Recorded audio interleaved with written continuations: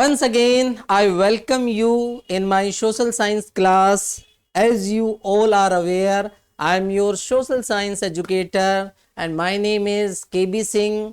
I am working last for 20 years in the field of education.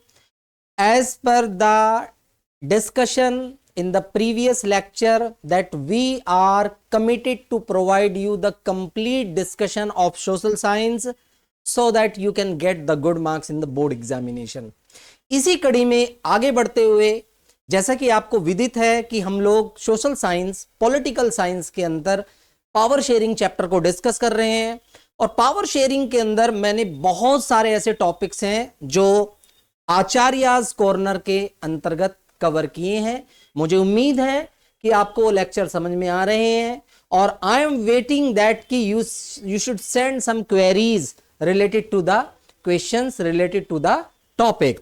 तो उसी कड़ी में आगे बढ़ते हुए आज का हमारा जो इंपॉर्टेंट टॉपिक है and the question of every year, हर साल इस टॉपिक से क्वेश्चंस आते हैं। The topic is why is power sharing desirable. Power sharing desirable क्यों है? This is the board important question और ये हमेशा एग्जाम में आपसे पूछा जाता है। तो आज का हमारा जो पॉइंट ऑफ डिस्कशन है वो इसी टॉपिक पर है कि why power sharing is desirable. क्यों पावर शेयरिंग डिजायरेबल है, क्यों पावर शेयरिंग इतना अत्यंत आवश्यक है किसी भी डेमोक्रेटिक कंट्री को सरवाइव करने के लिए, किसी भी डेमोक्रेटिक गवर्नमेंट को सरवाइव करने के लिए जो पावर शेयरिंग अरेंजमेंट है they should be in a proper way so that they can satisfied the query and the needs of the every society segment. Her society का जो भी है, व्यक्ति है, समाज है, वर्ग है, उसकी क्वेरी को सेटिस्फाइड किया जा सके। इसीलिए चुनी हुई सरकारों की ये जिम्मेदारी है कि वो पावर शेयरिंग अरेंजमेंट इस प्रकार से करें so that they can provide you the representation of each and every community. So बहुत जल्दी से फटाफट एक बार इसको देख लेते हैं कि क्या क्या पॉइंट हम लोगों ने इसमें इंक्लूड किए हैं और किस तरीके से ये क्वेश्चन आता है कि why power sharing is desirable. If you see the first point, अगर आप फर्स्ट पॉइंट को देखें, the two different set of reason can be given in the favour of power sharing. दो रीजन हम लोगों ने इसमें सेलेक्ट किए हैं। सबसे पहला है, first is power sharing is good because it helps to reduce the possibility of conflict between the social group. Why power sharing is good? Power sharing good क्यों है? पावर शेयरिंग इसलिए जरूरी है if there is a proper power sharing in a society, if the power are divided from upper level to lower level, if the power are giving to each level of government, this is very helpful to reduce the possibility of conflict between the society। अगर समाज के अंदर power sharing arrangement अच्छे हैं तो इसका एक फायदा यह होता है कि किसी भी प्रकार का कॉन्फ्लिक्ट समाज के अंदर देखने को नहीं मिलता है। If any particular elected government take the decision in the favour of any particular community, that creates the tension between the two social group.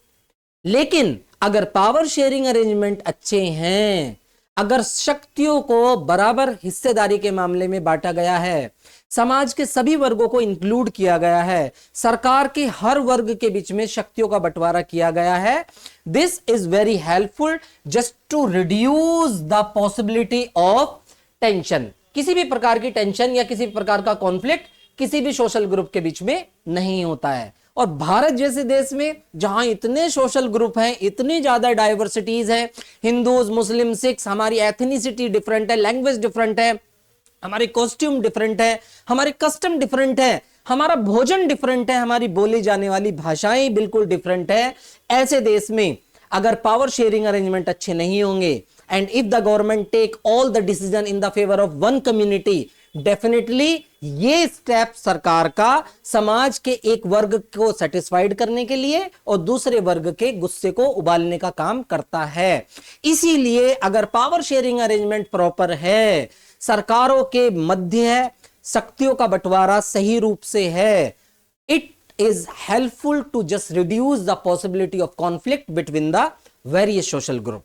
So this is a very important point. That's why we always says that the power sharing is desirable. इसीलिए जरूरी है। क्यों? क्योंकि ये कहीं ना कहीं tension को कम करती है, कहीं ना कहीं दो समुदायों के मध्य प्यार, सदाचार और निष्ठा को बढ़ाती है। इसीलिए पावर शेयरिंग अरेंजमेंट सभी वर्गों के बीच में समान रूप से होने चाहिए, ये टेंशन को कम करता है। Second is deeper reason why power sharing good for democracy.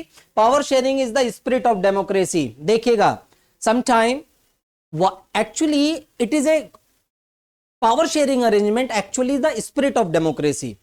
If any particular country have the system of democracy and the power sharing arrangement according to the democracy rules and regulation, so it can be called the spirit of democracy. अगर किसी देश के अंदर power sharing arrangement ठीक से नहीं है तो वहां पर डेमोक्रेसी की जो स्पिरिट है वो कहीं ना कहीं गायब रहती है। स्पिरिट से मतलब है democracy basically when the people are free to choose the government according to them, अपने हिसाब से जो सरकार को चुनते हैं वो होता है। और अगर चुनी हुई सरकार किसी खास वर्ग के फेवर में डिसीजन लेती है तो वो ट्रू स्पिरिट ऑफ डेमोक्रेसी नहीं है। तो इसका मतलब ये है, if there is a proper power sharing in any particular country, it means that shows the true spirit of democracy. ये ट्रू स्पिरिट ऑफ डेमोक्रेसी को शो करता है। Let us call the first set of reason. पहला जो reason है हमने इसको prudential reason कहा है, और जो दूसरा रीजन है हमने इसको मॉरल रीजन कहा है। Sometime the question can come in your examination, what is the prudential and the moral reason. तो ये सारी चीजें इसके अंदर आती है। अगर हम प्रूडेंशियल रीजन की बात करें, stress that power sharing will bring out the better outcomes. Prudential reason हमने इसको इसलिए कहा है, if there is a proper power sharing arrangement in any particular country, अगर किसी देश के अंदर पावर शेयरिंग अरेंजमेंट बेहतर हैं तो definitely it is a surety of 100% that outcomes will definitely come in a proper way. But if there is no proper power sharing, no power is giving to the different level of government, no power is giving to the different organs of the government, so no positive outcomes can become। Positive outcomes अच्छा नहीं आ सकता है। तो positive outcomes अच्छा आता है क्यों? क्योंकि पावर शेयरिंग अरेंजमेंट अच्छे हैं। दूसरा, अगर हम बात करें, moral reason emphasise the very act of the power sharing as valuable.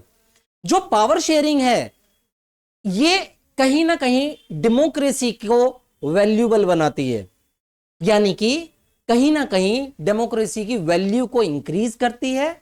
और अगर डेमोक्रेसी है तो कहीं ना कहीं, अगर प्रॉपर पावर शेयरिंग है तो ये कहीं ना कहीं डेमोक्रेसी की जो महत्वता है, जो उसकी इंपॉर्टेंस है, उसको बढ़ाता है।